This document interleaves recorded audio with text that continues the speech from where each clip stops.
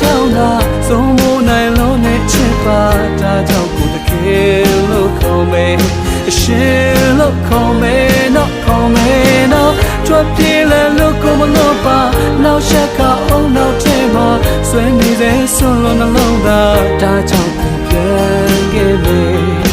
ပြန်လဲလာမယ်တော့ဘယ်လိုလဲမေးလက်ခံမလားမေးစီကြုံမလားမပေးတော့ပါဘူးမမိုက်တော့ပါဘူးဆုံးဖြတ်ချက်လုံးလုံးချကားရဲ့